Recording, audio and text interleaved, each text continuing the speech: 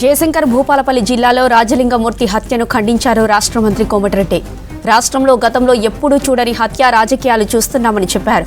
10 ఏళ్ల పాటు రాక్షస పాలన చూశామన్నారు. కాళేశ్వరం అక్రమాలపై న్యాయ పోరాటం చేస్తున్నందుకే రాజలింగంను క్రూరంగా హత్య చేశారని ఆరోపించారు మంత్రి కోమటిరెడ్డి. జయశంకర్ భూపాలపల్లి జిల్లాలో రాజలింగమూర్తి హత్యను ఖండించారు రాష్ట్ర మంత్రి కోమటిరెడ్డి. రాష్ట్రంలో గతంలో ఎప్పుడు చూడని హత్య రాజకీయాలు చూస్తున్నామని చెప్పారు. 10 ఏళ్ల పాటు రాక్షస పాలన చూశామన్నారు.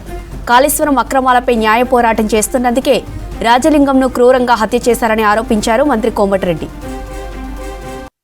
కాంగ్రెస్ పార్టీని నువ్వు ఏమేమో ఏం చేయలేవు. ఈ హత్యలు కిరాయి హత్యలు చేయించవలసింది తప్ప నీతో ఏం కాదు.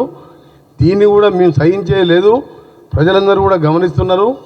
ఒకటే చెప్తున్నాం మీకు, మళ్ళా వెంటనే మీ పార్టీ ఎక్స్ఎమ్మెల్యే అయిన గండ వెంకటరామనాయుడుతో పాటు మా ముఖ్యమంత్రి గారికి మేము కూడా కోరుతాం. మంత్రిగా ఉన్న మా ముఖ్యమంత్రి గారిని కూడా దీన్ని వారు కూడా సీరియస్గా తీసుకుంటారు. ఎందుకంటే ఎట్టి పరిస్థితుల ఆ రోజు కలెక్టర్ మీద దాడి చేసిన కేసులో కూడా ఏ విధంగా జరిగిందో, ఎన్నిసార్లు ఫోన్ మాట్లాడుకుందో, ఎట్టి పరిస్థితులు వదిలిపెట్టే ప్రసక్తి లేదు. ప్రభుత్వం చాలా స్ట్రిక్ట్గా వ్యవహరిస్తుంది. ఫిర్యాదు హత్యలతోని ఈ రోజు పార్టీ ఆఫీసులో పార్టీ మీటింగ్ పెట్టి సంవత్సరం అంట ఆయన సిల్వర్ జూబ్లీ సెలబ్రేషను సంవత్సరం చేసుకుంటాడంట. మీరు చూసింది అసలు సిల్వర్ జూబ్లీ సెలబ్రేషన్ సంవత్సరం చేసుకుంటానికి నువ్వు ఏం ఘనకార్యం చేసినావు? దోసుకున్నావు. కాళేశ్వరం పేరు మీద దళిత ముఖ్యమంత్రి పేరు మీద మోసం చేసినావు. దళితుల్ని డబుల్ బెడ్రూమ్ మీద మోసం చేసినావు.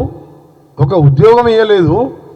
వామన్ రావు భార్యాభర్తలు లాంటి వాళ్ళని ఎదురు తిరిగితే చంపేపించినావు నీ ఎమ్మెల్యేలతోని. ఇవాళ నీ ఎక్స్ఎమ్మెల్యేలతో ఇవాళ మళ్ళా ఈరోజు రాజలింగమూర్తిని పుట్టలు పెట్టుకున్నావు. చాలా సీరియస్గా చెప్తున్నాం. హత్యా రాజకీయాలు మానుకోండి. రాజకీయాల్లో హింసకు తావులేదు. మీరు ఇంకా ఏదో ఎలక్షన్లు వచ్చేసినట్టు ఆయన ముఖ్యమంత్రి అయినట్టే ఫీల్ అవుతుంది. ఇంకా 4 ఏళ్ళు ఉన్నాయి.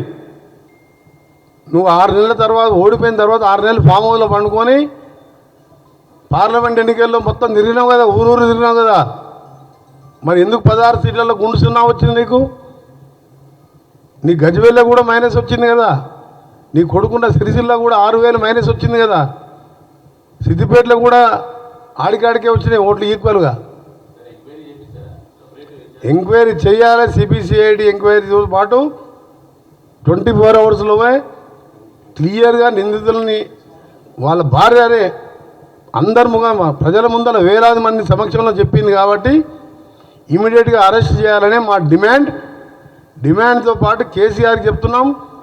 నువ్వు చరిత్ర ఈనుగా మిగిలిపోతావు. ఆ రోజు దొంగ దీక్షలు చేసి తెలంగాణ నువ్వు తెచ్చుకున్నట్టు దళిత ముఖ్యమంత్రి అని చెప్పి లక్షలు దోసుకున్నావు. ఇవాళ అమాయకులైన దోపిడి ఎదిరించి కోర్టులో కొడుతున్న వాళ్ళని మర్డర్ చేపిస్తున్నావు. దీనికి తప్పకుండా దేవుడు ఉన్నాడు, పైన ప్రజలు ఉన్నారు. ఇలాంటి మానుకోమని చెప్పి మీ స్వచ్ఛందంగా మీ ఎక్స్ఎమ్మెల్యేని సరెండర్ కమ్మని, దాంతోపాటు మా ముఖ్యమంత్రి గారిని కూడా కలుస్తాం.